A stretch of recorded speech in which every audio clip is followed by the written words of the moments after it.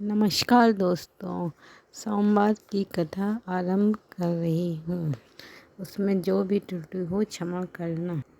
एक बहुत धन्यवान साहूकार था, परंतु उसको एक ही दुख था कि उसके कोई पुत्र नहीं था। वह इसी चिंता में रात दिन रहता था। वह पुत्र की कामना के लिए प्रति सोमवार को शिव जी का व्रत और पूजन करता था तथा सायंकाल को शिव मंदिर में जाकर शिव जी का दीपक जलाया करता था। उसकी भक्ति भाव को देखकर पार्वती ने शिव जी से कहा कि यह साहूकार आपका अनन्य भक्त है, इसकी मनोकामना पूर्ण करनी चाहिए। शिव जी ने कहा, हे पार्वती, यह संसार कर्म क्षेत्र है। जैसे किसान खेत में जैसा बीज बोता है वैसा ही फल काटता है, इसी प्रकार इस संसार में जैसा कर्म करते हैं वैसा फल भोगते हैं। पार्वती ने अत्यंत आग्रह से कहा, महाराज, जब यह आपका अनन्य भक्त है तो इसको अगर किसी प्रकार का दुख है तो उसको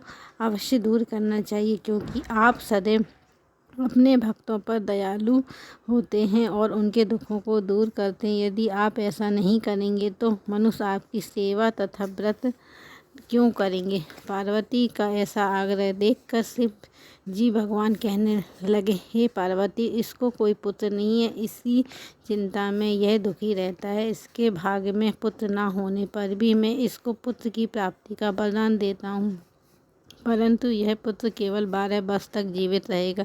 इसके पश्चात यह मृत्यु को प्राप्त हो जाएगा। इससे अधिक मैं और कुछ इसके लिए नहीं कर सकता। यह सब बातें साहूकार सुन रहा था। उससे इसको ना कुछ प्रशंसा हुई और ना ही कोई दुख हुआ। वह पहले जैसा ही शिव जी भगवान का व्रत और पूजा करता रहा। कुछ समय बीत जाने पर साहूकार की स्त्री गर्भवती हो गई। उसके गर्भ में एक सुंदर बालक ने जन्म लिया। साहूकार के घर में खुशी मनाई गई, लेकिन साहूकार ने उसकी केवल 12 वर्ष की आयु जान अधिक प्रशंसा प्रकट नहीं की और ना ही किसी को यह भेद बताया।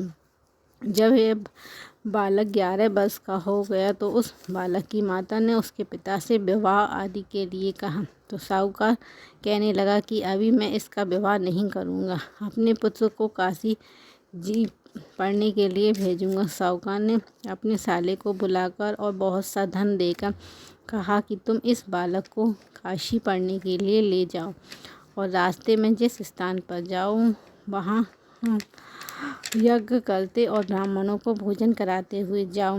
वह दोनों मामा भांजे यज्ञ करते और ब्राह्मणों को भोजन कराते जा रहे थे। रास्ते में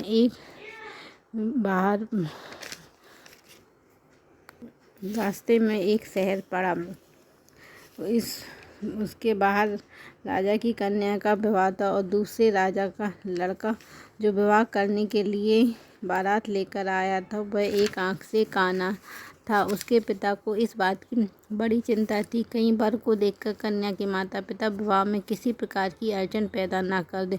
इस कारण जब उसने अति सुंदर सेठ के लड़के को देखा तो मन में विचार किया, क्यों ना दरवाजे के समय इस लड़के को वर का काम करवाया जाए। ऐसा विचार कर वर ने पिता से उस लड़के के मामा से बात की तो वह राजी हो गया। उस लड़के को वर के कपड़े पहनाए तथा घोड़ी पर चढ़ा दरवाजे पर ले गए और सब कार्य प्रशंसा से पूर्ण हो गए। वर के पिता ने सोचा, यदि वर के कार्य भी इसी लड़के से करा दिया जाए तो क्या बुराई है। ऐसा विचार करके लड़के ने उसके मामा से कहा, यदि आप फेरे और कन्यादान के काम को भी करा दें तो मैं आपकी बड़ी कृपा होगी और मैं इसके बदले में आपको बहुत धन दूंगा।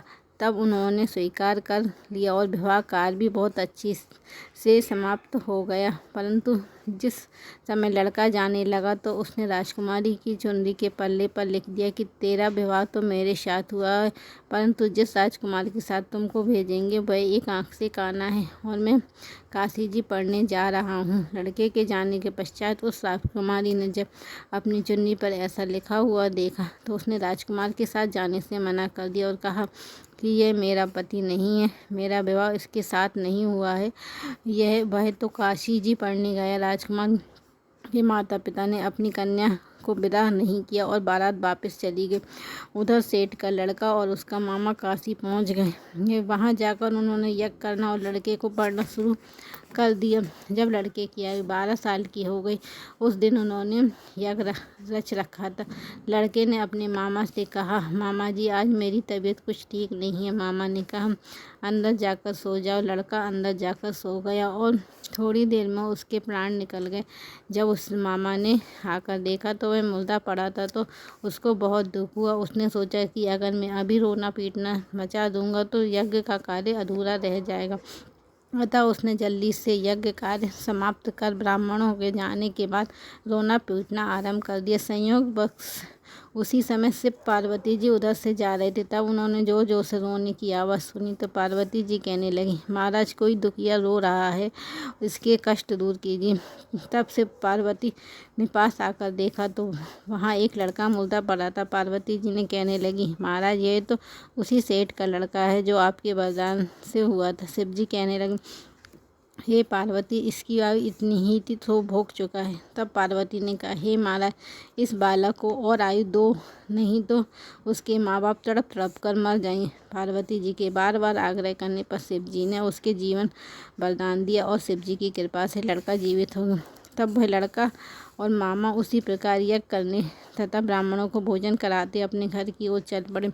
रास्ते में उसी शहर में आए जहाँ उनका विवाह हुआ था। यहाँ पर आकर उन्होंने यज्ञ आरंभ कर दिया तो उसके लड़के के ससुर ने उसको पहचान लिया और अपने महल में ले जाकर उसकी खूब खातिरदारी की। साथ ही में बहुत दास दासियों सहित आदर पूर्वक लड़की और जमाई को विदा किया। जब वह अपने शहर के निकट आए तो मामा ने कहा कि मैं पहले तुम्हारे घर जाकर खबर कर देता हूँ। जब उस लड़के के मामा घर पहुँचे तो उस लड़के के माता पिता घर की छत पर बैठे थे और यह प्रण कर रखा था कि यदि हमारा पुत्र सकुशल लौट आया तो हम राजी खुशी नीचे आ जाएंगे, नहीं तो छत से गिरकर अपने प्राण दे देंगे। इतने में उस लड़के के मामा ने आकर यह समाचार दिया कि आपका पुत्र और पत्नी अपनी पत्नी के साथ बहुत सा धन लेकर आया है, तो उसे विश्वास नहीं हुआ। सेठ ने आनंद के साथ उसका स्वागत किया और बड़ी प्रशंसा के साथ रहने लगे। इसी प्रकार से जो कोई सोमवार का व्रत करता है और इस कथा को पढ़ता है या सुनता है उसकी समस्त मनोकामना पूर्ण होती हैं। जय जय भोले।